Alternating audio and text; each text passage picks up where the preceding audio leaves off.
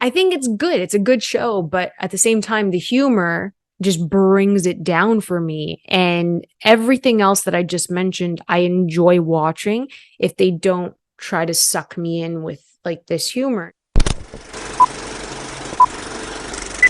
Hey guys, welcome back to Canon Cinema. I'm Amanda, otherwise known as AMX NDA Reviews on Twitter, Instagram, and Letterboxd. Today I will be reviewing episode 2 of She-Hulk, and this will be spoiler filled. Now, in this episode, it was kind of fast paced, really just went into the heart of it, and we got to see Titania, Jamila Jamil, who looked really cool. I kind of liked her, and we got to see Jennifer Walters going forward with her trial. She wants to kind of hide Hulk. She got into an argument with Bruce about all of that she doesn't want to be a superhero. She doesn't want to be an outcast. She doesn't want to be considered as this angry bad person to the world, so she wants to hide She-Hulk as much as she can. And that was like a couple of months that had passed that she kept it on the DL. And then with Titania, she goes green. Her best friend Nikki knows about it. A lot of people don't know that she is She-Hulk, and then she actually gets the name of She-Hulk in this episode. That's why the title card appears in this one too. It looks so crispy. I love this title card for She-Hulk. And she phases up and she takes care of Titania, and she ends up losing her job. She phased up. She didn't really have control in the courtroom, and that's kind of why they fired her. So, she got fired. She goes to her family. She talks to her brother and her mom and her dad, and they're all very supportive, but it's the same type of family dynamic. Jennifer's 30. She doesn't have anyone by her side. She put her career first. Now that she doesn't have her career, it's kind of like, well, what's going to happen next to my daughter type of thing. And the brother kind of boasts about the fact that he's like, oh, I just got a promotion. And it's like, why would you say that now that she got fired? So I guess the family dynamic's a lot of fun, but it's a very typical thing for a 30-year-old woman where it's like she's not in a relationship.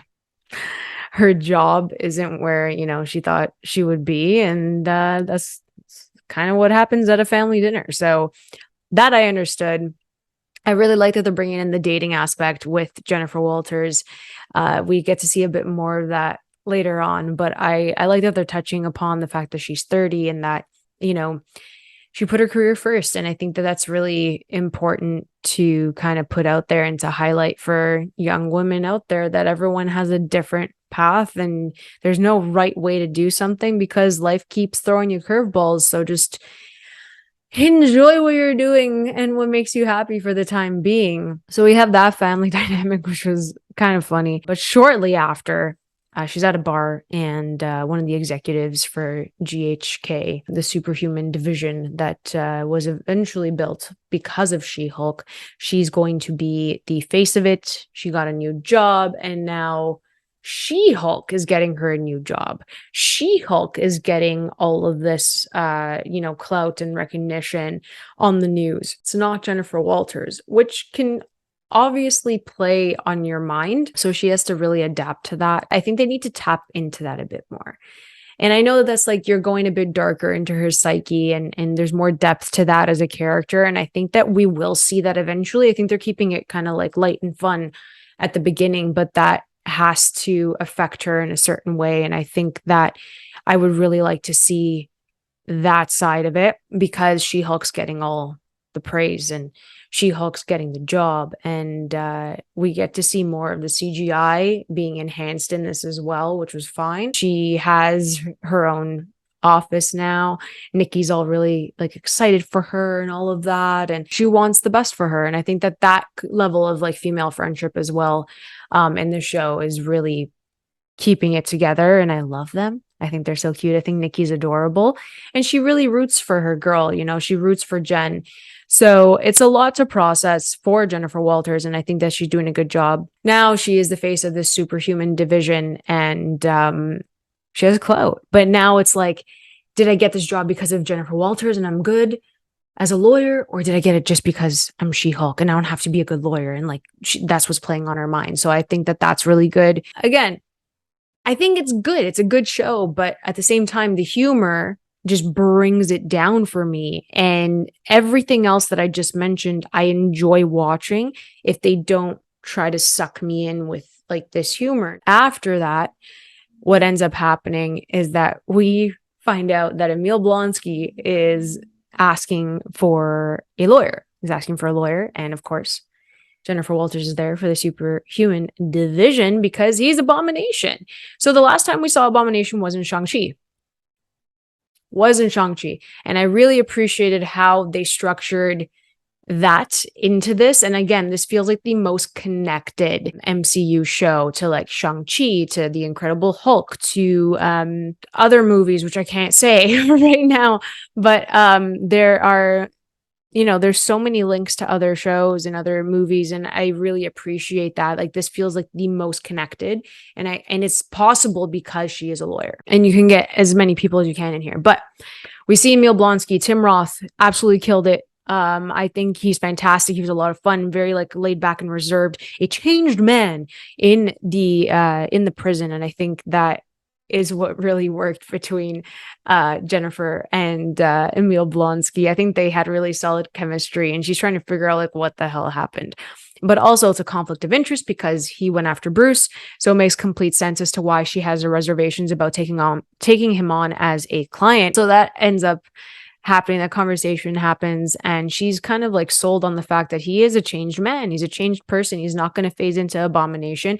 So they're kind of building up the Thunderbolts, and slowly but surely, especially with Abomination in the mix and the connection to the government, I think that they're really going to expand on that in this one. But I absolutely love Tim Roth. I thought he was great. Jennifer Walters calls Bruce for help, just for some clarity. She wanted to let him know that like, hey, listen, I'm representing Emil Blonsky. I know, X, Y, and Z. And Bruce was like, no, like, I'm fine. He sent me a poem. He sent me a letter. We kind of like, it's let bygones be bygones, which makes sense for Emil Blonsky. So that was a lot of fun. But it cuts to Bruce Banner in this ship. I don't know where he's going. I don't know the comics, but I'm feeling like Planet Hulk. I don't know where he would go cosmically in the galaxy. But it'd be really cool if that happened. I don't know if I'm even saying that right, but if it is Planet Hulk, I think that makes complete sense in regards to where they're going to move forward with this. I think it'd be really cool. So the second Jennifer takes on Emil Blonsky, she sees on the television the Shang-Chi clip. So I was really happy about that because I was waiting the entire time. I'm like, but didn't he break out of prison to go to like battle Wong and Shang-Chi? I'm like, did they not do that? And then they showed it. So then after that, we got another name drop, and that leads into episode 3, which I won't kind of disclose right now. But yeah, we get into episode 3 afterwards. But episode 2 is it was good. It was good. It built up Jennifer Walters a bit more. Again, the humor is just not working for me. The CGI is pretty strong. But then we get a little bit more of who Jennifer Walters is in the post-credit scene because she's acting all domestic. And I thought that was really funny. And that worked out. So yeah, I enjoyed the second episode. I thought it was strong for what it was. Again, there's some really great moments, but then the humor, the writing just kind of brings it down a bit. I love the character dynamics. I do think that the cast is strong. They have great chemistry, but again, the jokes are not landing for me, and the fourth wall breaks aren't working as well as I wish they would. I want more consistency with all of that, but it's a slow build, and I think that we'll eventually get there. So if you guys enjoyed episode 2 of She-Hulk, please let me know in the comments below. If you enjoyed this video, please like and subscribe. You can always follow me over at AMX NDA Reviews on Twitter, Instagram, and Letterboxd. I'll catch you guys next time. Keep watching movies.